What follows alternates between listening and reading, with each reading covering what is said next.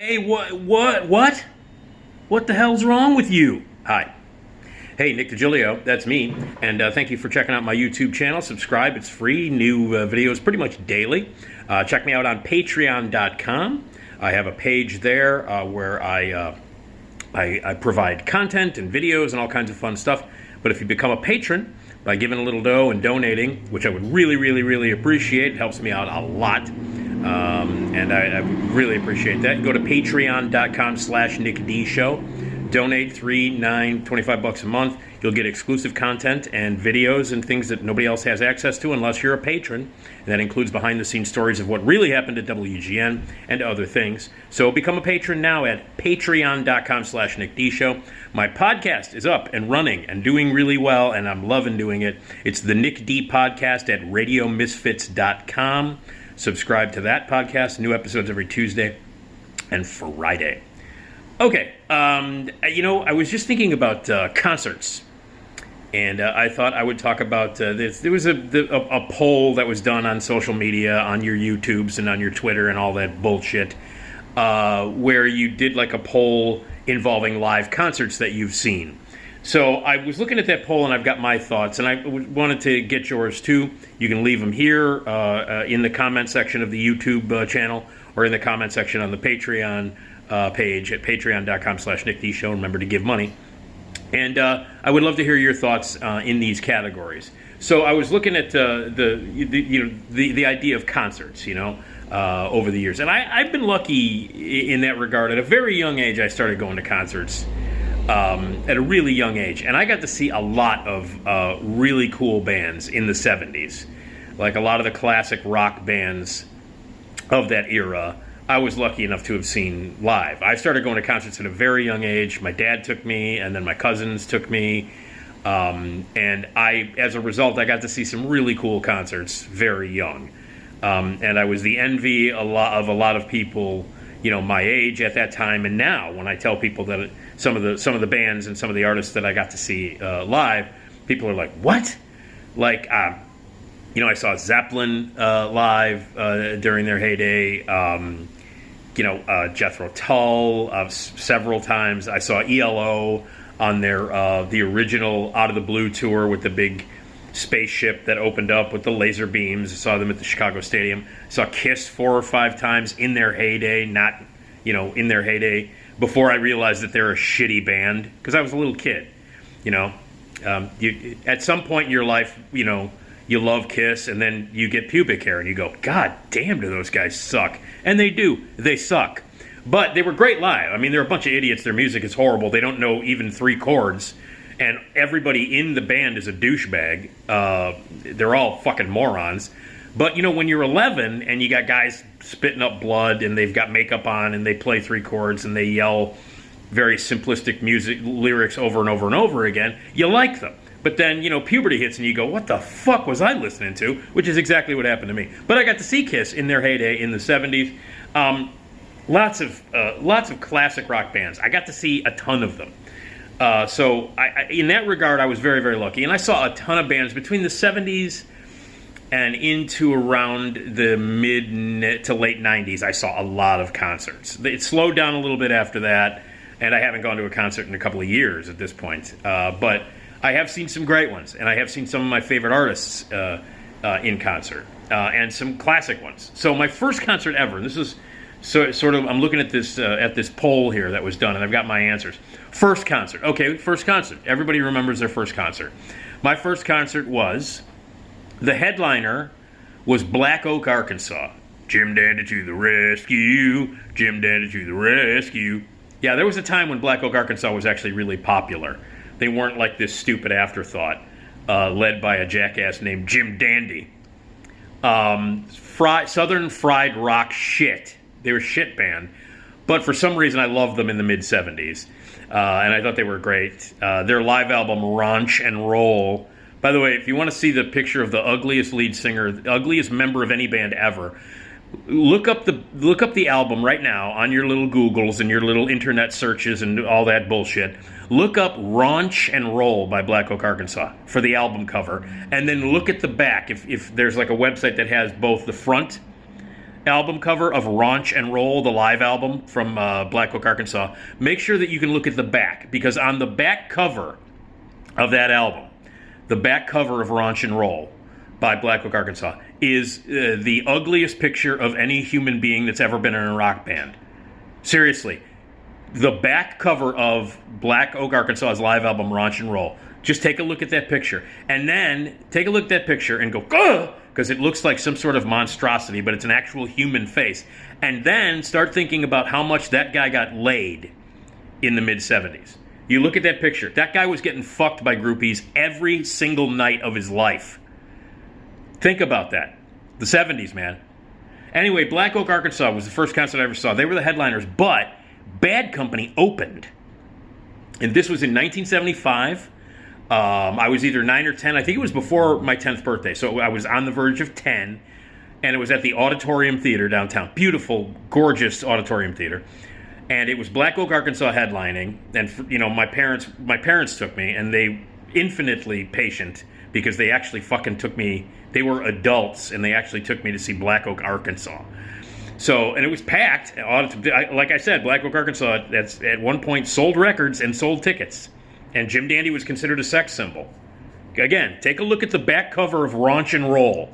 Look it up. I'm not fucking around. Look it up, and you look at that picture, and then think, wow, that guy got laid every night during that time period. Anyway, Black Oak, Arkansas, they were fine. They were Black Oak, Arkansas. But Bad Company opened, and this was before their first album came out, before anybody knew who they were. And I remember my dad was sitting next to me, and when they came out, ladies and gentlemen, Bad Company, and they came out, my dad recognized Paul Rodgers. Paul Rodgers, lead singer of Bad Company, by the way, one of the greatest rock vocalists that's ever fucking lived. Anyway, they walk out, my dad recognizes Paul Rodgers because my dad, huge fan of the band Free. All right now, baby, it's Free. So my dad starts going nuts and elbowing me. He's like, oh, that's the guy from Free, that's the guy from Free. And they came out before the Bad Company first album came out, and they played the entire first album. Everybody was like, what the fuck? This is amazing. And then Black Oak, Arkansas came out, and I loved them because I was 9 or 10 or whatever. But one of the greatest opening acts, maybe the best opening act I've ever seen. So I'm knocking out 2 of these categories with 1. First concert, Black Oak, Arkansas, Auditorium Theater. Opening band, Bad Company. Maybe the best opening band I've ever seen. So, anyway, that was my first concert back in 1975. Got a t-shirt and everything. I used to get t-shirts at these shows, too. I remember having a ton of t-shirts that were too big for me. And this was back in the day, in the 70s, when you had the guys outside with the cardboard boxes selling the bootleg t-shirts for like $3, $2 a pop. And then you'd wash them once and they'd be all stretched out. And I used to wear them all the time. I remember there was a picture of me at Great America, like in 1976 or 77, wearing a Blue Oyster Cult t-shirt. Because I saw Blue Oyster Cult at the amphitheater a couple of times when they had their outlawed laser show, and they had lasers, man. And Eric Bloom, like the Blue Oyster Cult story was that they had this notorious laser show. Anyway, the picture of me is with this ridiculous Blue Oyster Cult black T-shirt that I wore like on a summer day to Great America, and it was too big, and it had been washed, so it was like warped and, it didn't fit right. The sleeves were, it was just ridiculous because people were making these t-shirts up in their backyard or, in their basement and then selling them to jagoffs like me outside. And this was like a big thing. T-shirt selling, there wasn't official merch back then. There was, but nobody bought that. You would buy your t-shirts 4 blocks away from the Chicago Stadium on the street from some jagoff with a cardboard box full of bootleg t-shirts. You'd spend like $2 or $3, $5 maybe on them, and they would last 2 washes. But you wore them all the time in the 70s because everybody blew weed, was on cocaine, and didn't give a fuck. So anyway, Blue Oyster Cult used to have, and I saw them before their laser show, their light show got outlawed. Their laser show got outlawed because, hey man, they did lasers, man. You got to check out, my friends would be like, hey man, you got to check out Blue Oyster Cult. Because I used to hang out with, one of the reasons why Dazed and Confused was such a big movie for me was because I basically was, Mitch. I was like sort of the kid Mitch. And I had friends who were like Wooderson because I hung out with like older guys who blew weed and shit. And, so I hung out with a lot of Woodersons. And a lot of my friends back in the 70s, hey man, you got to go see Blue Oyster Cult, man. Oh, God, smoke a lid. Man, blow a little weed, smoke a lid, take some acid, go see Blue Oyster Cult, man. They have the craziest live show. They got lasers, man. Fucking lasers everywhere. And they did. I saw they had lasers. And Eric Bloom, the lead singer, would walk out on laser beams. It would look like he walked out above the crowd on laser. And everybody was fucking high in the auditorium theater. The air was thick with pot smoke. Back in the days when, I mean, you were blowing weed openly. Like, nobody hid it. You would pass, but I can't tell you the number of times as an 11-year-old or a 12-year-old where I was passing fucking pipes down, and bongs and shit. I'm not kidding. Like passing joints down the line, because people would light up a joint and then they'd take a hit and they would pass it down the aisle and then pass it back. Everybody was very generous with their weed in the 70s. So anyway, everybody was high, and Blue Oyster Cult, would come out in the lasers, and Eric Bloom had like a ring with a laser beam that would shoot out, and he would have like these flowing robes and shit, like he was some sort of like there was going to be virgins sacrificed to the altar of fucking Blue Oyster Cult, and he would come out with like the ring, and the laser would shoot out, and the laser would shoot, and apparently like he blew the rumor was, yeah man, last night in Texas, some guy's eyes exploded because Eric Bloom shot a laser beam in his eyes, and his eyes blew out of his fucking head, man. It was unbelievable. You got to see the show, man. If you go, maybe your eyeballs are going to fucking explode, man. Let's bring a lid to the Blue Oyster Cult show, and hopefully our eyes will explode, literally. And everybody was like, yeah, man, the laser beam shot out of Eric Bloom's ring, blasted this guy in the eyes. His eyes exploded, but he was so fucking high, and he loved the music so much, he just stayed there. His eyes blew out of his head, and blood was shooting down. He had no eyes left, but he still stayed through the whole concert with no eyes, man. So, anyway. Blue Oyster Cult, man, lasers. Oh, man, lasers. Oh, have some more fucking weed. All right. Last concert I went to, this was a long time ago. It was like 3 years ago. Buffalo Tom at the Metro. Over the years, I've gotten to know the band. I'm good friends with Bill Janovitz, the lead singer and lead songwriter. And Buffalo Tom is maybe my favorite band of all time. A dream came true about 20 years ago when Bill Janovitz actually wrote an original score for a play that I wrote and directed. And then I was in, and it was pretty amazing. But anyway, Buffalo Tom, one of my favorite, if not my favorite band of all time. Seen them a million times, and the last concert I saw was Buffalo Tom at the Metro, where they dedicated a song to me. That's happened a few times. I've been. The song Wiser, for those of you who want to look it up, brilliant song, great song, from the album Smitten from 1998. I have had that song dedicated to me by Bill Janovitz several times. But yeah, they dedicate the song Wiser to me. Best concert. Well, that's the best concert of all time. That's kind of it's weird, because I've seen a lot of great shows. Never got to have my eyes explode, though. But I would have to go with Buffalo Tom, any number of Buffalo Tom shows. Consistently one of the greatest bands of all time, and as I've said, one of my favorite, if not my favorite band of all time. Particularly love their show in 2008 it was the night before the Patriots were in the Super Bowl, speaking of Buffalo Tom, from the New England area, and they played Double Door, which was a great venue, which is no longer there in Wicker Park, and they played Double Door, great show, hung out with Bill, went to Peace, Rick Nielsen's pizza place right up the street, went to Peace Pizza and hung out with them there, hung out with the band and everything. It was great. And my ex-wife, who was just my girlfriend at the time, and I went to that show. It was a fantastic show. Buffalo Tom 2008, Double Door. Cheap Trick, I would have to say, might edge it out. Cheap Trick, there's another band I've seen a million times, Never Bad. There has never been a time when Cheap Trick wasn't amazing live. One of the greatest live bands of all time. Again, consistently. They are as good now in 2022 as they were in 1977. They are as good. It's great that Tom Peterson, is still with them. It's bad that Bonnie is not, Bonnie Carlos. But at their, when all four of those members together, there was never a band that was better live. And I would have to say that the 4-night stint that they did at the Cabaret Metro, Jesus, I'm old, I still call it Cabaret Metro.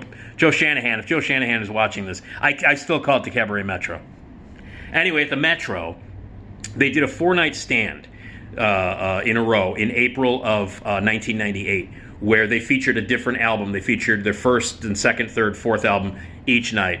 And they had special guests like Billy Corgan came out one night. And they had different, special guests. And it was a big celebration. And that became a live album called Music for Hangovers, which I am pictured inside the booklet, inside the CD.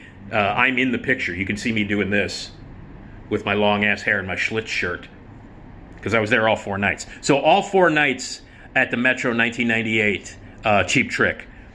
Amazing. I went all 4 nights and it was fucking amazing. So that's right up there. But I guess maybe I would have to go with Suzanne Vega, another artist that I was completely obsessed with and kind of stalked in the 80s and into the early 90s. And I love Suzanne Vega. She means a lot to me. Her music, I listen to her music pretty much every day, kind of. And when I was really at the darkest point in these past 2 years, with me losing my job and falling off a wagon for a little while and having some really bad shit happen to me, I found comfort in Suzanne Vega's music. I love her. I adore her. And there was a time when my friends were like, dude, she's going to call the cops on you.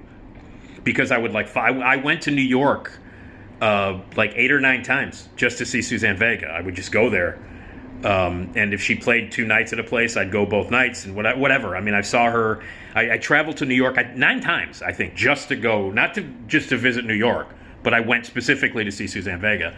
And every time she played Chicago, and I saw her in Milwaukee a few times. So I've seen Suzanne Vega a million times, and she's still one of my favorites of all time. She's great live. Her music is great. She's an incredible storyteller. One of the best shows you'll ever see in your life is to listen to Suzanne Vega play her wonderful music and tell her wonderful stories. And specifically about New York, which is why I went to New York so many times to see her, because so many of her songs are a portrait of that great city. And so I saw her in New York. And I would have to say that Carnegie Hall, seeing Suzanne Vega in Carnegie Hall, and I saw her at Radio City Music Hall as well, both were amazing. But I got to go, I think my favorite show of all time, Suzanne Vega, Carnegie Hall, just because of her, because I love her, and because it was fucking Carnegie Hall. So anyway, I guess I have to go with Suzanne Vega, Carnegie Hall being my best show, but the 4-night stand of Cheap Trick and Buffalo Tom at Double Door, very, very close.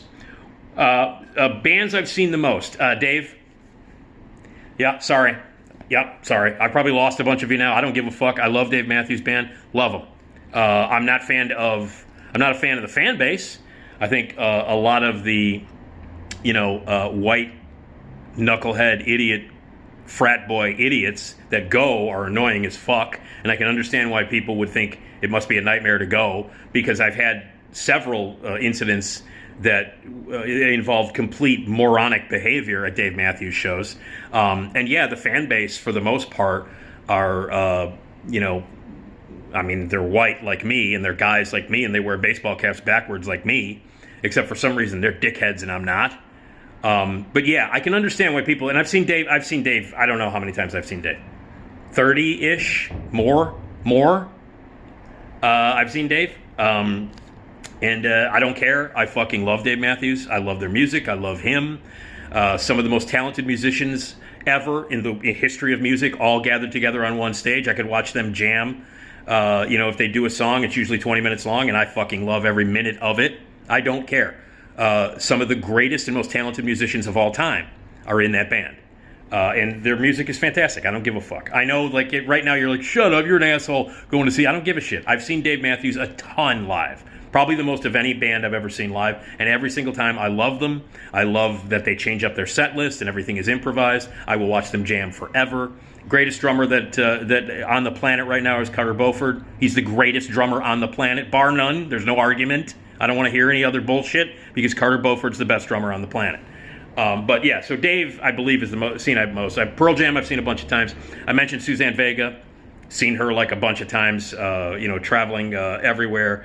Cheap Trick, as I mentioned, I've seen Cheap Trick, 30 times. They're good every time. And a combination, if you combine solo Stuart Copeland, solo Andy Summers, solo Sting, and the Police together, that's probably the artists I've seen the most. I've seen Sting a ton of times solo. I saw the Police a shit ton times when they were together, and when they reunited in 2007. I went to that at Wrigley Field both nights. And I've seen Sting solo. I've seen Andy Summers solo. I've seen Stuart Copeland. So the combination of the Police, Sting, Stuart Copeland, Andy Summers, that combo, that's way up there with most times I've seen. Best venue, Cabaret Metro. In Chicago, I would say Metro is the best. Double Door was great. COVID. Double Door was great, but I got to go with Metro, Cabaret Metro, if you will. That in Chicago. In any place I've been, Carnegie Hall, number one. Worst venue in the Chicago area, fucking Northerly Island. Northerly Island is a dump. It's cement. It's hard to get to. The parking sucks. Everything about that venue blows. The sound isn't good. The way it's set up. Northerly Island is shit. I've been there 3 or 4 times. I saw Dave there 3 times. So I've been there. I'm trying to remember who else I saw there. I saw some other bands there, but I saw Dave there. And you think it's a nightmare seeing Dave in really cool places like Alpine Valley. Try to see Dave with a bunch of knuckleheads trying to get in and out of the venue or partying beforehand. Holy crap. Yeah, worst venue, Northerly Island, by a landslide. Loudest concert I ever went to. Now listen, I've seen a ton of concerts that were loud. I've seen Motorhead, I've seen Sabbath a bunch of times, I've seen Slayer, I've seen Megadeth, I've seen Metallica. I've seen hardcore, loud, speed metal, heavy metal, loud fucking bands. Loudest concert I've ever seen in my life. Ever in my life. Ears ringing afterwards for hours and hours. Duran Duran. I know that sounds weird. Duran Duran at the height of their popularity on the Seven and the Ragged Tiger tour at the Rosemont Horizon 1985. Loudest fucking concert I've ever seen in my life. And the reason why is because not only was the music kind of loud, but every single girl in that auditorium was screaming for the entire 2 hours of the concert. The entire time. And there were video screens up, so every time they would show a close-up of a specific Duran Duran member, especially John Taylor, whenever John Taylor's face came up on the screen, the entire place, like at the top of their lungs. So in order to rise above the girls screaming, they had to crank the music up. And it was, I swear to God, I went with my friend Joe Donatello, who loved Duran. Hey, Duran Duran fucking rules. Listen, Duran Duran rules. And then afterwards he's like, Jesus Christ, that was the loudest fucking concert I've ever seen in my life. What the fuck? So, yeah, Duran Duran, loudest concert I've ever seen, 1985. Holy shit, was it loud. And the girls would not, seriously, one long, loud, insane 30,000 person scream for the entire thing. By the way, The Kind opened up. Great Chicago band. The Kind opened up. Loved by you, to be loved by you. The Kind. Fucking great Chicago band. They opened for Duran Duran. Nobody paid attention except for me and Joe. Hey, look, The Kind! Joe was all excited. The fucking Kind is opening. Fantastic. Loudest concert, Duran Duran. Most surprising concert, I would have to say L7. I wasn't really expecting much from L7. I saw L7 on one of the Lollapalooza things.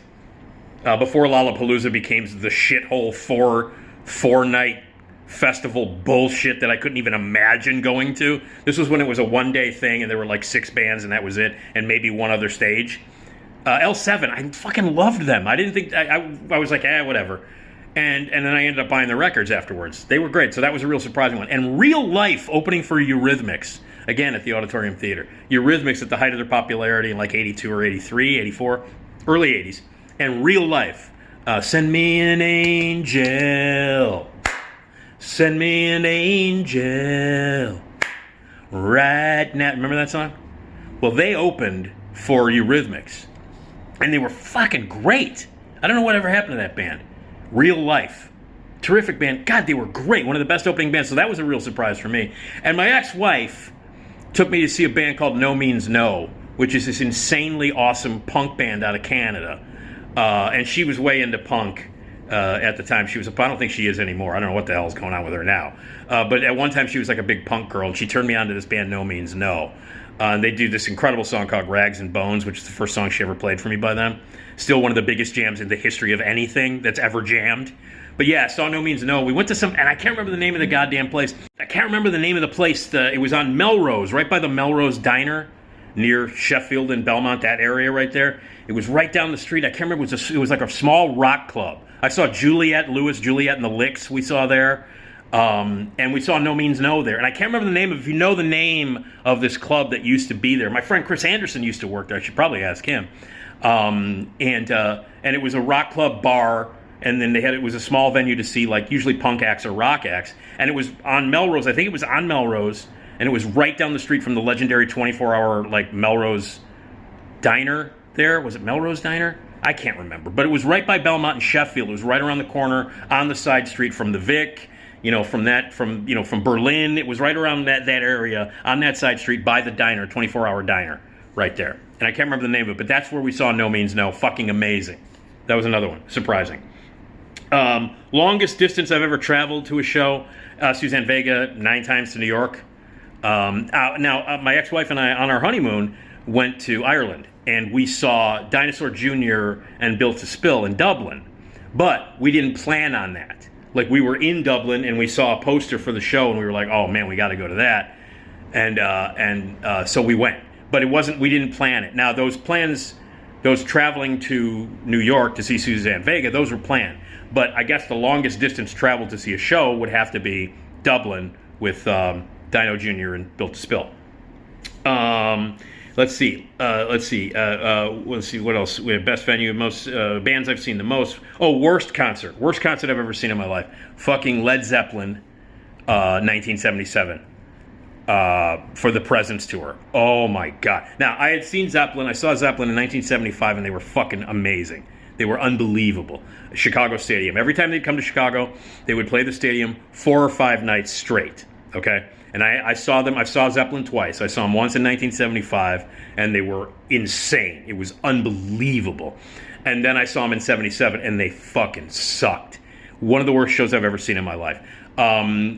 Page they were all loaded except for John Paul Jones. John Paul Jones was like on stage trying to do his best by playing keyboards and playing bass, and just basically looking around and going, why the fuck am I in this band with these idiots? Bonham loaded, as he always was, completely shit-faced. Page did most of the show from a folding chair. He was blah, blah, blah. He was loaded. And normally, they would walk out with they would crack the seal on a Jack Daniels bottle and drink it throughout the whole show. Well, when they came out, that Jack Daniels bottle was down to about 4 shots. And Plant he sounded like shit.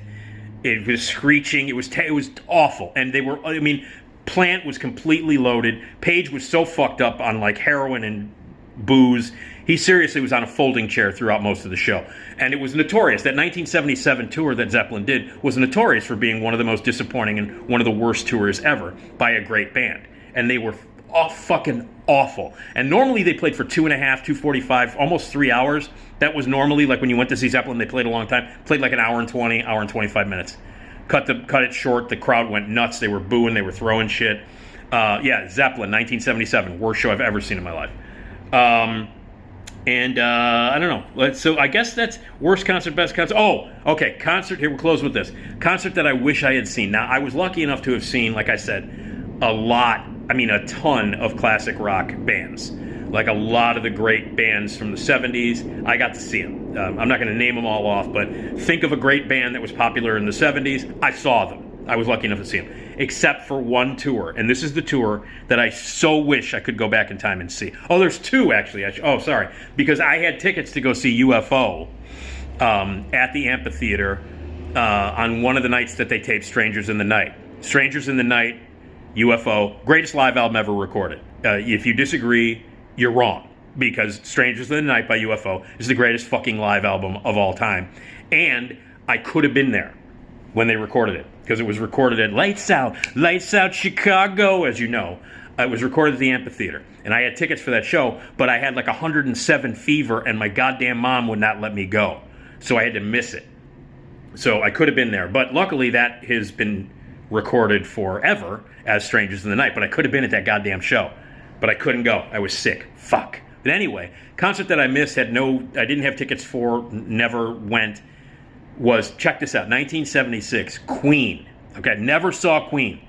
That's the band that I wish, of any band, that's the band that I wish I had seen more than any other fucking band ever, is Queen, because Freddie Mercury, greatest frontman that ever lived. By the way, fuck the movie Bohemian Rhapsody. It's a bunch of lies. It's a bunch of bullshit. It sucks. Fuck it. And fuck Rami Newton or whatever the hell his name is. Anyway, that movie's bullshit. But anyway, Queen, never saw him.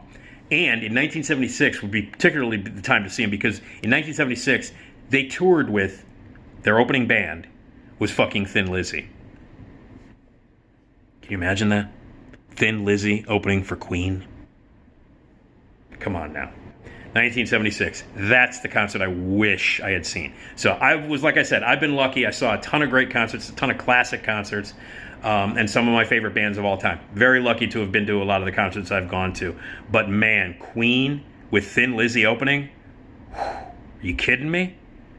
At the Chicago Stadium? The old stadium. I'm not talking about the UC. I've been to the UC for concerts and stuff. Saw Madonna there a few times. Saw U2 there a few times. They're great live. But old Chicago Stadium, classic Chicago Stadium in the 70s, nothing better. So, all right. Anyway, so what was your favorite concert, least favorite concert, first concert, all of that shit? You want to leave it here? Please do. Check me out on Patreon and all that other shit. And yeah, so there you go. All right, concerts, fun. Haven't been to one in a long time.